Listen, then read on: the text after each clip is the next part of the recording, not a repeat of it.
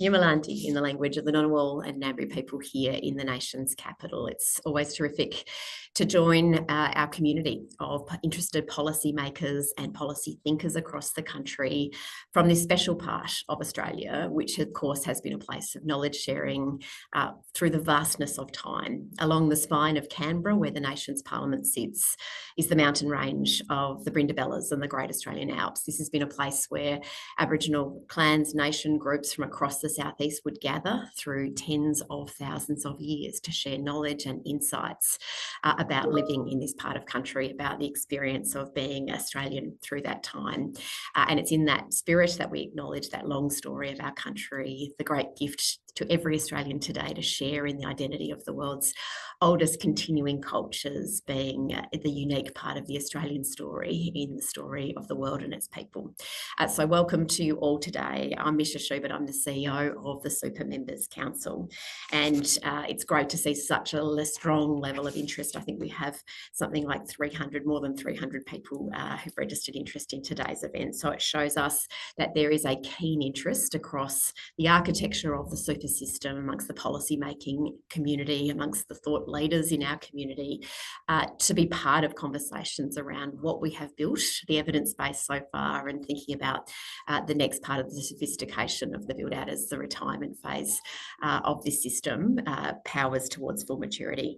Of course, the Super Members Council was created, as the name suggests, to be a strong voice for the 12 million Australians with their retirement savings in profit to member super. The choice of our name, the Super Members Council, strongly reflects that member-centred purpose.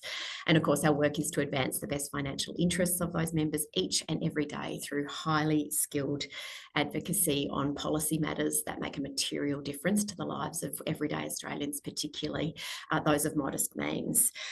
Even this morning, I was pleased to see we were described in Investment Magazine as a sophisticated and influential player in the policy sphere. It's always great when someone else points out the level of skill, care and expertise across this enterprise.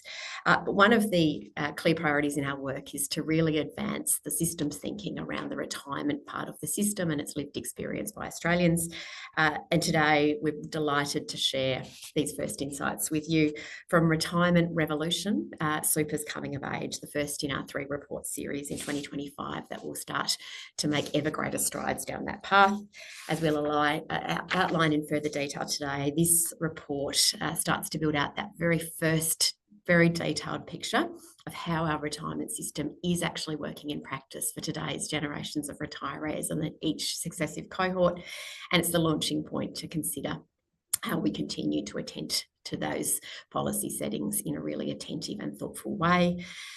This is really genuinely groundbreaking analysis, and I'm so proud and grateful to the entire team who has worked on this important piece of research and thinking, and we'll thank them at the end properly as well. So today I'm going to hand over to Matt Linden, our Executive General Manager, Strategy and Insights, and Emily Mullane, Retirement Policy Specialist, to present some of these key findings. Quick housekeeping: questions can be submitted through the Q&A box at the bottom of your Zoom screen. The chat function's closed, so pop any questions that you may have in there and we'll try to work through as many of them as we can efficiently do before our time expires. So we'll step through today those key findings, some opportunities about sort of further fairness in the system, questions and comments, and then we'll wrap it up by 11:45. So without further ado, I'm going to hand to Matt Linden. Over to you, Matt. Great, thanks very much, Misha. And before we get into the detail of the report, we really need to answer 3 questions. What are we looking at? Why are we looking at? And how are we looking at these questions? So what's the what? What we've looked at is which retirees by wealth had super 30 years ago at the inception of the super guarantee, and also to award super, and how that has changed over time for each successive cohort of retiree. We've reached an important milestone this year with the super guarantee reaching its initially intended level of 12% of wages. So we want to understand who had super at the start of the system and who in the latest crop of retirees have it now. We want to understand how the retirement incomes of Australians have actually changed over this period since the introduction of compulsory super. So we're not looking at modelling, we're actually looking at the underlying incomes of Australians coming into retirement. We want to understand the extent to which super is improving the incomes of retirees and for whom in retirement it's improving those incomes. We also want to have we're also going to have a look at what the picture would look like without compulsory super, both the household impact in terms of incomes and also the fiscal impact as well. The why. One observation I'd make is that analysis of retirement incomes is rarely done well. Different groups of retirees are often mixed together. Different forms of super savings are mixed together. Different income components are not considered together as a whole. So we want to understand how the system has worked, how it's improved incomes for which groups, and how has reliance on the age pension and financial security changed. These insights can help inform us as to what the next stage will be in terms of who's doing well, who's missing out, and how can we strengthen this system. So the how. For this analysis, the teams used primarily the Household Income and Labour Dynamics survey in Australia. It spans 20 years. It has a sample size of around 17,000 individuals, and it looks at the actual incomes of these people. As I said before, we're not looking at cameos or projections. We're looking at what's actually happened to household incomes. What we're going to present here are equivalised incomes. It's a fancy term for how we can take couples and singles and translate incomes to look on a per person basis, even for couples. So that's an important consideration for how we have a look at it. Finally, what we're going to do for most of this analysis is present we're going to look at successive groups of new retiree cohorts, age 60 to 69, and we look at them based on their overall wealth. Overall wealth is a good proxy for lifetime income. So we want to understand from across the entire population, and this importantly includes people who've been in work and out of work. We want to understand how the dynamics of retirement incomes and assets are changing. And we're looking at, when we're grouping these cohorts, we're looking at net assets excluding their own home. Okay, so as I said, we're wanting to understand a complete picture of retirement. Too often in the super industry, we think about super, when we think about super and retirement, we just focus on super, the super element. But we need to understand the important role of the age pension, especially for vulnerable groups and those who don't have regular work. When it comes to super, there are very different groups that rely on compulsory super, that second pillar, and voluntary savings, which is in the third pillar. Often they're mixed up and conflated. Also, there's other savings outside super in that third pillar of voluntary savings that can be used in retirement. And to get a complete picture, we need to understand those assets and those income sources. And finally, housing is vitally important in terms of contributing to retirement living standards, whether you're a homeowner, home buyer, or indeed renting in retirement. So, many of the charts you'll see today will take this format. So we segment new retirees into wealth groups with the lowest, that's the first quintile at the bottom. Each of these groups are 20% of the population. So you'll see stacked one on top of each other. This is a time series of these different wealth groups of the retiree cohort. So these are the new people coming into retirement. It's a very important way that we do this analysis to understand what's changing. If we just look at the entire pool of retirees, we miss what's going on. It's a bit like having a bathtub half full of water and then turning on the hot water tap. It takes forever to actually raise the temperature. So with this analysis, we're looking at successive cohorts of new retirees. So as you can see, the key take out of this is that for the wealthiest retirees, quintile 5, that's those at the top, they've always had super. And in fact, over this period, which we've looked at over the last 2 decades, the coverage of superannuation for that top wealth group has barely changed. It's increased by 8 percentage points. This is really important to understand. However, it is very different when we look lower down those wealth rungs. Over the past 20 years, there's been quite a transformation in terms of new retiree cohorts who have superannuation. So the largest increases over this period have been between quintile 2 and quintile 4. The proportion of retirees in quintile 2 has in fact tripled, and it's doubled for those in quintile 3, that middle wealth cohort. There hasn't been much change for the bottom wealth group, quintile 1, they're right at the bottom. And the reason for that is they're quite a vulnerable group in the community, and they in fact spend very little time in the workforce. That might be because of illness, disability, caring responsibilities. So very important to understand when we're looking at this analysis, we're looking at the entire population, not necessarily just those who have superannuation or those who've had consistent engagement in the workforce over their working life. So focusing on that bottom group in quintile 1, it is really important to understand whether or not someone has super at retirement has a lot to do what their working life experience is. So when we unpack these groups and we look at the current data for 2022, amongst that first quintile, around 40% in fact has spent less than 20 years in the workforce, and they're remarkably different to the other wealth groups. So this is very important to understand when we're asking the question, should have super done more for people in that first wealth quintile? It can do more in the future, and we'll talk a little bit about that. But we need to understand a lot of people are very vulnerable in that first quintile. They won't be in work, they won't have the opportunity to accrue super. And therefore, it's quite important in terms of that role of the age pension, which I referred to earlier. So what's happened in terms of the composition of savings? The chart on the left looks at the composition. This is across deciles. We look at for whether or not people have assets through the wealth distribution. So we can see in 1990, actually, only the top 20% had equities and superannuation. And in fact, for those lower wealth rungs had very little exposure to those sorts of assets.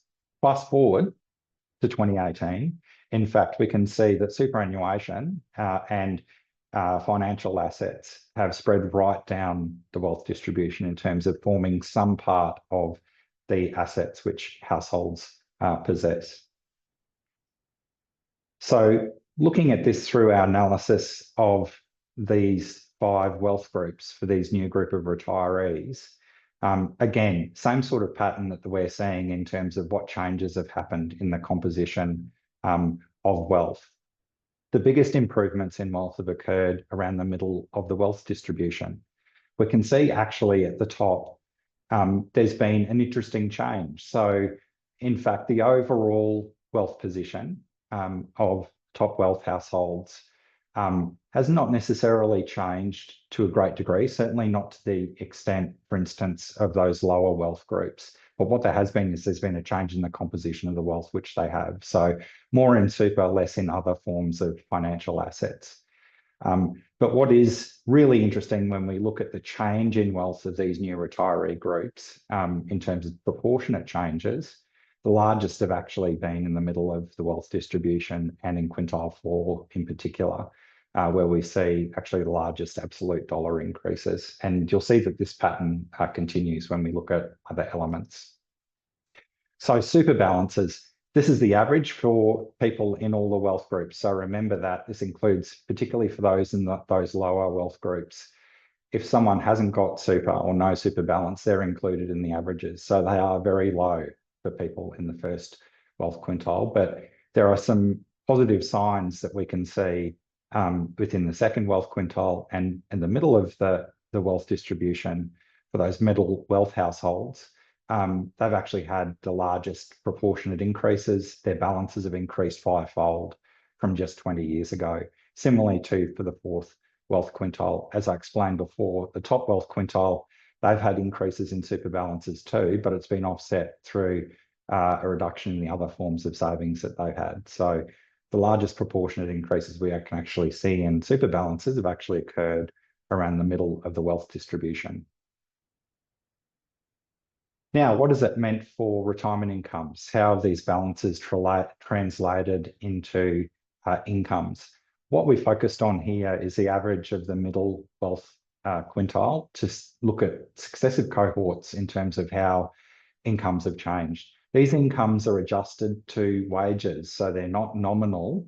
In fact, if you see an increase, which you can see with each successive cohort in this data, that's relative to average wages in the community. So this middle wealth quintile has actually experienced stronger income growth than general wages across the population. And now is sitting a little bit over $1,000 a week, which is pretty good considering where we are. It's probably about 80% of median earnings. So that's a pretty good position to be in, considering the system is not yet fully mature.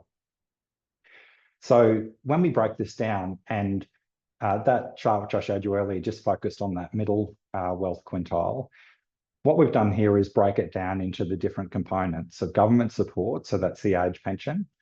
Some households have access to other savings, super for individuals, and also in their household, super of their partners. So what we're looking at here is what those trends are over time. Again, not a whole lot happening in the bottom of the wealth distribution because they don't have access to super, and they're mainly reliant, almost fully reliant on government support in terms of the age pension.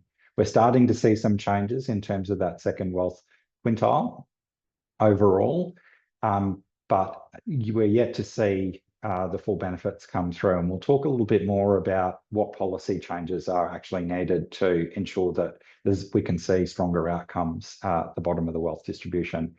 A lot of the action and all of the actions actually occurred in the middle wealth quintile. So we can see there in terms of increases in income, both super income for that middle wealth quintile are really quite staggering increases. They're in the order of $20,000 a year from retirees in the middle wealth quintile from just 2 decades ago to now. There are obviously offsets. There's reduced age pension, which you can see in the summary bars on the right. So the increase in superannuation income's been offset through a reduction in age pension. But overall, the strongest increases, when we actually look at the change in whether it's superannuation income or total incomes, the strongest proportionate increases have occurred in the middle of the wealth distribution. And in fact, the strongest nominal increases in incomes have occurred in the middle of the wealth distribution. So this is a really significant development, particularly when we hear a lot about the system and aspects of the system favouring very wealthy groups. Actually, when you look at the data and look at the change in incomes, the biggest boost, which has come from compulsory superannuation over the last few decades, has actually been for middle and lower income earners. Very important, I made this point earlier about workforce participation. For someone on median earnings, they're actually sitting within probably the top of quintile 3. So there'll be lower income earners in terms of their earned wage income who are in that middle wealth group. Okay, so we have this super. What's happening? Is it being spent or frittered away? How far is it lasting into retirement? When we look at the data, the proportion of people receiving super income by age cohort has increased significantly over the last 2 decades. For people in their 70s now, right through into 80, the proportion who have super and are drawing super income has tripled. These are really quite remarkable changes. So they both show that people are using their superannuation savings, but it is also to lasting them into retirement. So they're really positive signs that we can see people of older ages are beginning to have the benefit of superannuation as they age. In terms of the overall picture, we've looked at the decomposition.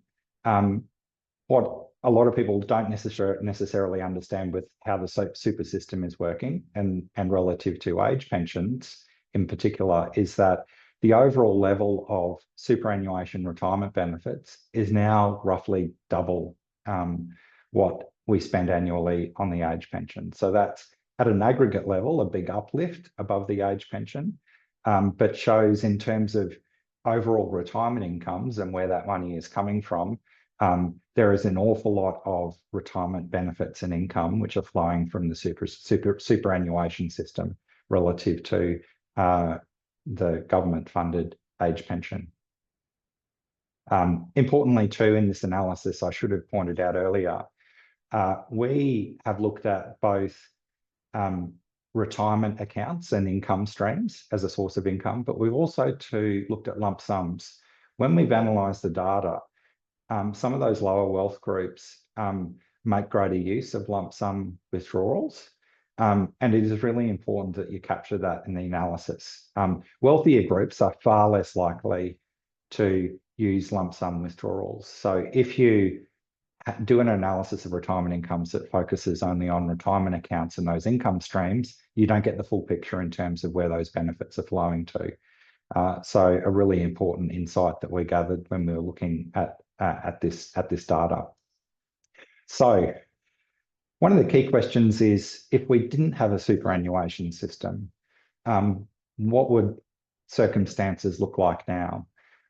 So we did the team did some very detailed analysis using one of the government's tax transfer models called Capita, to understand, given offsets which occur with compulsory savings and voluntary savings, if we didn't have superannuation, how would, across the wealth distribution, assets and incomes change? So as a consequence of that analysis, we actually found that middle wealth retirees would actually lose about 20% of their income. So that's, you can see there in the middle bar, around $12,000 a year, and lose half of their savings. The fiscal costs are also very considerable. So those savings on the age pension are only part of the story, though.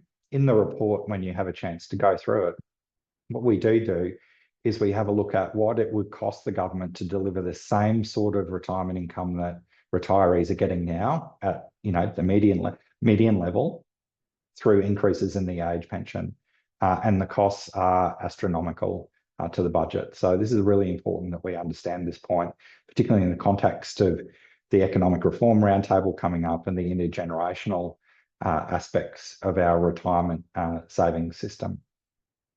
So, quick recap of the findings before I hand on to Emily. So the system's not yet mature, and won't be for another 3 or 4 decades for people who've had 12% for the entirety of their working life. The key beneficiaries of compulsory super are actually middle and lower income wage earners, and they sit around the middle of the wealth distribution. We can see that those income increases for those people in the middle of wealth distribution over the past 20 years have actually outstripped the wealthiest wealth quintile, both in dollar terms and relative terms. And we can see that the share of Australians relying on government income support has been falling quite dramatically and will continue to fall. So as super balances continue to increase, those proportions who are reliant on the age pension will reduce quite dramatically. As I said, without the superannuation system, we know the age pension, just through the means test, taxpayers would be footing $12 billion a year more. In terms of age pension outlays, there'd be 500,000 more people on age pension and reliant on it. And overall, retirees' average incomes would be about $8,700 a year lower. And if governments were to try and deliver those sorts of improvements in incomes through the age pension, those numbers are astronomical. Finally, important for us to reflect upon when thinking about where to now with the system. Not everyone is benefiting equally from our retirement income system. Many retirees, particularly renters, and Emily's going to discuss this in more detail, singles and those who retire involuntarily, have lower incomes than other groups. really important that we sort of understand what adjustments can we make to the system to make sure that those lower income and lower wealth groups can get more of the benefit from super. There's been some important policy changes with the removal of the 450 threshold, for instance. However, we know that we need to do better. We need to look at, obviously, the concessions that are available for lower income earners. There's a major issue with unpaid superannuation for lower income earners.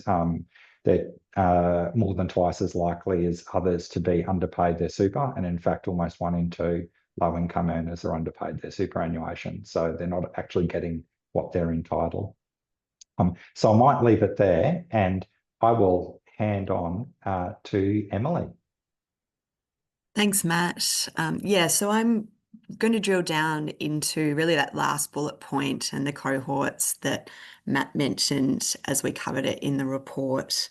The key takeaway being that while superannuation or compulsory super has delivered strong benefits for people, particularly around the middle of the distribution, we still see that there's been an absence of benefits at the lowest rungs and the ongoing importance of government transfer payments and supports.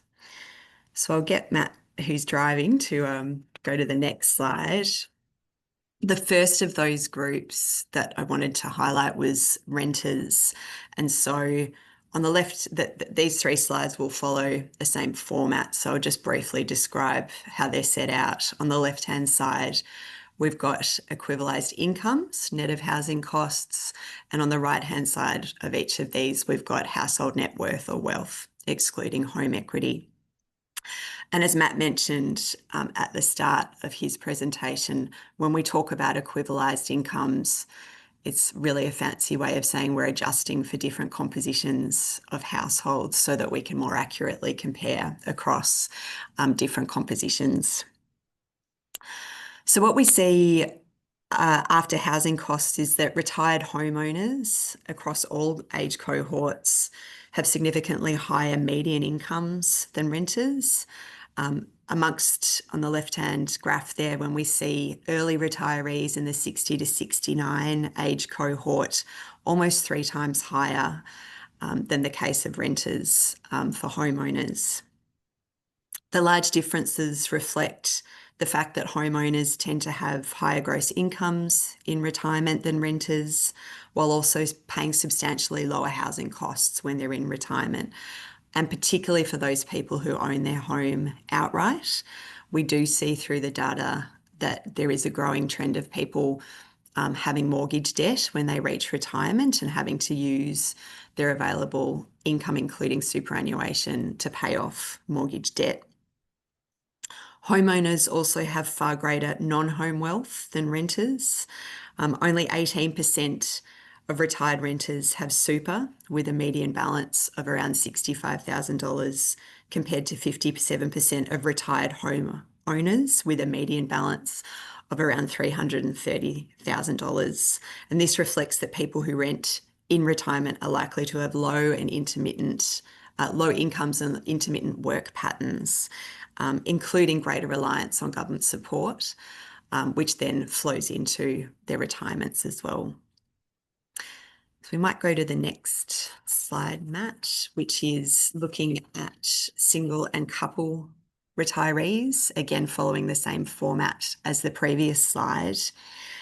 There are large differences in after housing incomes for singles compared to couples, even after adjusting for differences in household size. And this applies to both single men and single women as opposed to couple households. For retirees in that early retiree cohort of 60 to 69, the median income of couples is over twice the median income of single men and single women. I note there that that's probably a bit counterintuitive in terms of the gender breakdown. Sample sizes there are not huge, and so we would say there's probably not much to read into that slight difference, and indeed single women having slightly higher incomes at early retirement than men. We see in terms of wealth on the right-hand side of this slide, the stark differences again being evident between singles and couples, with coupled retirees enjoying significantly greater non-home wealth than singles, and with single men having higher wealth than single women in retirement. Some of the difference is explained by super, with about half of retired couples and single men having super compared to just over a third of single women. And I might just go to the third and final slide in this section, Matt, and then I'll throw back to Misha to go into some questions and comments. And this is looking at involuntary retirement. So this is an issue that is really persistent and sticky. About 2 in 5 people today don't get to choose when they're retiring. Many people go into involuntary retirement because of issues like caring, both for children, but also for other family members, for issues like mental health, job redundancy or loss. And so this is an issue that we need to stay alive to in terms of policy reform. Involuntary retirees tend to stop working about 4 years before other retirees. They have materially lower incomes, as you can see on the left-hand side. Again, among retirees in that early cohort of 60 to 69, it's about twice the level of for voluntary retirement as those who are involuntarily retired. And the lower incomes and wealth of involuntary retirees reflects the fact they've generally had less opportunity to continue to build their superannuation during their working lives, and particularly in terms of approaching and planning for retirement, which is something that we're going to be looking at further in the second report in this series. So with that overview, I will hand back to Misha to go into questions and comments. Fantastic. Thank you both for giving such a terrific overview of how the system is continuing to evolve and work in real life lived experiences of Australians across the income and wealth spectrum. Going to remind people, if you want to ask a question, by all means jump it into the Q&A box and we'll try to work through a number of them. I might even just pull up one from David Knox, just saying really valuable data. What surprised you both most in terms of the insights that leapt out from this really detailed analysis work? I'm happy to jump in there. Yeah. I think the thing which surprised me most actually is what has occurred with the wealthiest households over time. I think this is one of the things which is not well appreciated when understanding the dynamics of our system. There's a lot of focus on higher wealth households doing great at the expense of everyone else. The data actually shows that that's not the case. And the reason for that is because of compulsory superannuation and their base effects. So middle wealth households, 2 decades ago, did not have a whole lot of super, and that is changing. So they're moving, those cohorts of retirees are moving from not having very much in super to now having pretty significant amounts. But what it means is the change in incomes that they've experienced is actually greater, as I said, in proportionate terms and in dollar terms than the top wealth quintile. I found that quite a surprising outcome, but when you think about it, does intuitively make sense. Any quick supplementary thoughts, Emily, before we leap into some others? Thanks, Misha. Yeah, I think even though the system hasn't reached maturity, and indeed, as Matt mentioned, we've only reached 12% ordinary time earnings for SG today, already seeing the flow through into the middle quintile was something that really, it's already evident without the system being mature. So it was really good to see that coming through. Just a quick question. Kerry wants to know, did we have any capacity to look at, had we looked at urban and regional slash rural retirees at this juncture, or is that perhaps, spoiler alert, something further down the track in the series? Yeah, it might be something that we can look at subsequently. One of the challenges here with this type of data which we're looking at is the sample sizes get smaller and smaller. As I said, that Hilda data set, which is very good, and there's a very important data set from the ABS, which they haven't published for more than a decade. And we've received some news that, in fact, they've scrapped the latest version. So Hilda's actually the best data that we have to work with today at a household level and provides a complete picture. The challenge is the sample sizes get very small when we start looking at select cohorts for these new retiree cohorts, and then we start to look at the geographical decomposition. But it's a good suggestion, and we can probably find ways to do it. So keep an eye out on that. Great. One of the interesting things that leapt out at me was that finding around that if we didn't have compulsory super, what would be the consequences both for individuals and their actual living expenses week on week, fortnight on fortnight, but also what would be the consequences, fiscal consequences for all taxpayers in picking up that tab. Was that scale of that sort of 500,000 extra Australians would need to be on the age pension figure surprising to either of you? Look, probably not. But understanding how the system's matured, and we can see in that data how, particularly for those middle wealth households, there's been this big boost in super income, and there has been, obviously, because we've got a means tested age pension, a proportionate reduction in age pension. But what I'll probably say is that's probably the least worst thing which could occur if we didn't have compulsory super. I mentioned earlier, we know on average, around $8,500 less income in retirement if we didn't have super across households. In order for governments, and older Australians are normally very vocal, and those with good memories will remember that wasn't that long ago, certainly around the time of the GFC or just before, that pensioners were very concerned about the adequacy of the age pension, particularly for singles. And there was a lot of political pressure to raise the age pension, which the government at the time did. We would experience that on steroids. You can't have a sustainable system if you have older Australians not keeping in touch with the living standards of working Australians. So in the analysis, we have looked at this question. Well, what if you were to deliver a similar level of retirement incomes through the age pension? And that is indeed very, very costly. $86 billion a year extra by 2028. It would be more than a doubling in age pension expenditure. Couple of sort of technical questions. Can we clarify the couple's income figure? Was that per individual within the couple, or the couple combined? If they've got technical questions like that, maybe we cover them off quickly, or we can follow up with people offline post-event.